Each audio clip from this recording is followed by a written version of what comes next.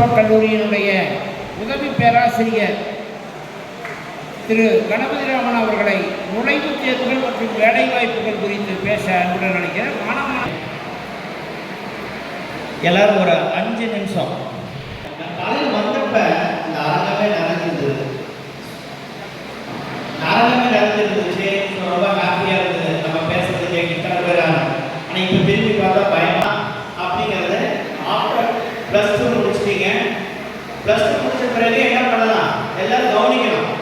எல்லாம் அந்த சைடு நிறைய மாணவர்கள் வாழ்வில் முன்னேற முடியும். நல்லா தெரிஞ்சுக்கணும். இந்தியா கப்பு அடிச்சிருச்சு, இந்தியா உமன்ஸ் டீம் கப்பு அடிச்சிருச்சுன்னு சொல்லி நம்ம சந்தோஷப்படுறதுக்கு பின்னாடி எவ்வளோ கடுமையான உழைப்பு இருக்கணும், எவ்வளோ பிளானிங் இருக்கணுங்கிறத நம்ம ஒவ்வொரு உணர்வு நிசாரணம். நம்ம வீட்டு பக்கத்தில் இருக்கிற ஒரு பையனோ பொண்ணோ ஒரு ஐஏஎஸ் ஆஃபீஸர் நம்ம வீட்டு பக்கத்தில் கலெக்டராக வராருன்னா, நம்ம வீட்டு பக்கத்தில் வராரு, இவர் என் பக்கத்து வீட்டில் இருக்காரு, இவர் வந்து எங்கள் வீட்டுக்கு வந்து சாப்பிட்டுருக்காரு, டிவி பார்த்துருக்காரு, பெருமையை சொல்கிறோமா இல்லையா? நிசாரணம். அதுக்கு பின்னாடி அவர் எவ்வளோ கஷ்டப்பட்டுருக்காருங்கிறது அவருக்கு தான் தெரியும். ஏன்னா அதே மாதிரி தான் நீயும் நாளைக்கு படித்து ஒரு இன்ஜினியர் ஆகும், டாக்டர் ஆகும், இல்லைனால நாளைக்கு ஒரு ஆடிட்டர் ஆகும், இல்லை நல்ல ஒரு மிகச்சிறந்த பிஸ்னஸ் மேனாக ஆகிட்டு உங்களோட குரூப்புக்கு நீ திரும்பி வரப்ப உன்னை எல்லாருமே பாராட்டி முகப்படும் இல்லையா? ஏசாரோ அதுக்கு நான் ஒரு 3 நிமிஷம் கவனி நான் பேசுகிறேன். இப்போ உங்களுக்கு முடிஞ்சு வெளியில் போகிறப்ப என்ன படிக்கலாம்? யார் எடுத்தாலும் எம்பிபிஎஸ், இன்ஜினியரிங், அதை பற்றி தான் நம்ம யோசிக்கிறோம். அதை தாண்டி நிறைய என்ட்ரன்ஸ் எக்ஸாம்ஸ் இருக்கு. இப்போ பார்த்தீங்கன்னா பிட்சாட் எத்தனை பேருக்கு தெரியுது? யாருமே போக மாட்டேங்க. தமிழ்நாட்டில் இருந்து நார்த் இந்தியன் ஃபுல்லாக பிட்சாட் எழுதுறாங்க. அப்போ பிட்சாட் எழுதுறப்ப உனக்கு என்ன கிடைக்கும்? பிர்லா இன்ஸ்டியூட் தான் உனக்கு படிக்கிறதுக்கு வாய்ப்பு கிடைக்கும். கிளாட் இருக்கு, கேட் இருக்கு. அதே மாதிரி இஸ்ரோ கண்டக்ட் பண்ணக்கூடிய மிகச்சிறந்த என்ட்ரன்ஸ் எக்ஸாம் இருக்கு. ஐஏஎஸ்டி சொல்லுவாங்க, Indian Institute of Science Technology. எத்தனை பேர் எக்ஸாம்ஸ் அதை பற்றி யோசிக்கிறீங்க?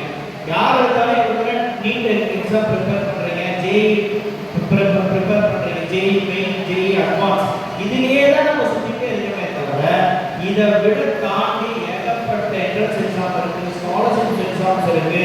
நீங்கள் இன்டர்ன்ஷிப்லேயே படிக்கலாம், ஸ்காலர்ஷிப்லேயே படிக்கலாம். நீங்கள் ₹1 கூட செலவு பண்ண வேணாம். ஐஐடி படிக்கணும்னா நீங்கள் ₹1 கூட செலவு பண்ண வேணாம். நீங்கள் ஜேஇ அட்வான்ஸ் எழுதுனா போதும், நீங்கள் ₹1 கூட செலவு பண்ணாமல் போய் படிக்கணும். இதில் எத்தனை பேர் நீங்கள் ட்ரை பண்ணுறதே கிடையாது. எடுத்தோம் அப்பா மெயினாக ஒரு விஷயத்தை மட்டும் தயவுசெய்து தெரிஞ்சுக்கோங்க. இந்த பேரண்ட்ஸ் இங்கே இருப்பீங்க, அதே டீச்சர்ஸ் இருப்பீங்க. டீச்சர்ஸ் என்ன ஆகணும்னு நினச்சாங்களோ அதை வந்து மாணவன் மனசில் போய் திணிக்கக்கூடாது. பேரண்ட் என்ன ஆகணும்னு நினைக்கிறோமோ அதை கொண்டு போய் மாணவ மனசில் திணிக்கக்கூடாது. அவனுக்கு என்ன இன்ட்ரெஸ்ட்டு, அவனை என்ன ஆகணும்னு நினைக்கிறான்றது இதை கேட்கறதே கிடையாது. மாமா பையன் அவன் வெளிநாட்டில் இருக்கிறான், சித்தப்பா பையன் வெளிநாட்டில் இருக்கிறான், நீ அதே படினா அவன் எப்படி படிப்பான்? 5 பேரில் ஒரே மாதிரி இருக்கா? ராமசாமி குப்புசாமி ஒரே மாதிரி இருப்பானா? ராமசாமி வேற மாதிரி கேரக்டர் இருக்கும், குப்புசாமி வேற மாதிரி கேரக்டர் இருக்கும். ஸோ நீங்கள் என்ன ஆகணுங்கிறத நீங்கள் தான் டிசைட் பண்ணணும்.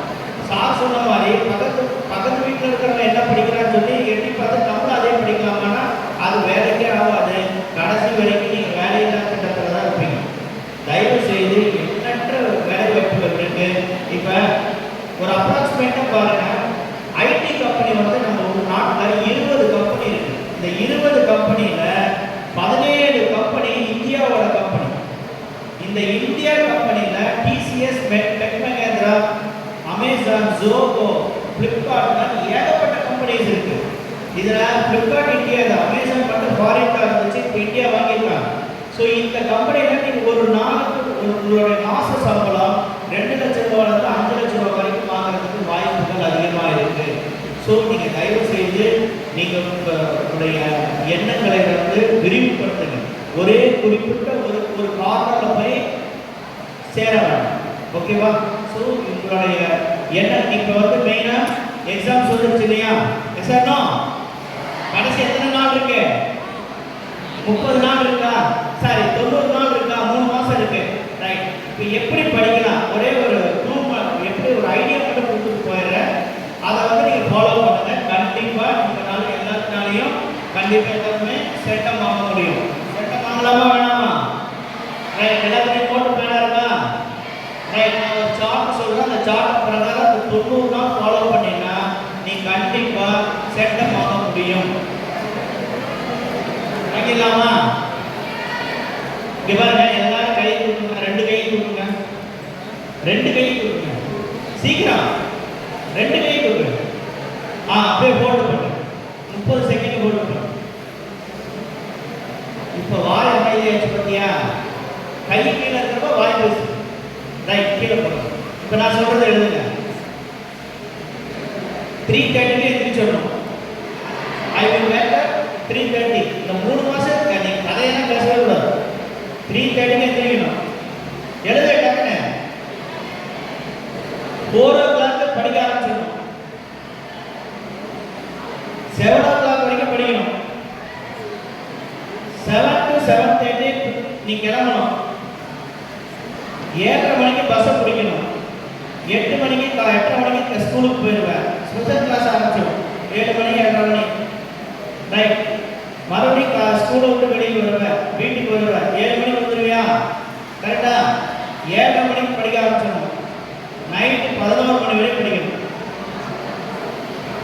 நைட்டு சார் நான் 11 வந்து 3 மணி வரைக்கும் படிக்கிறேன் சார், பயங்கர பிரில்லியன்ட்னா உன்னுடைய மெலபாம் அப்படிங்கிற ஒரு லிக்யூட் இருக்கும், அதெல்லாம் 10 மணிக்கு மேலே பேச்சு கேட்காது, அது தூங்கிடும். நீ பாட படிச்சுட்டே இருப்ப.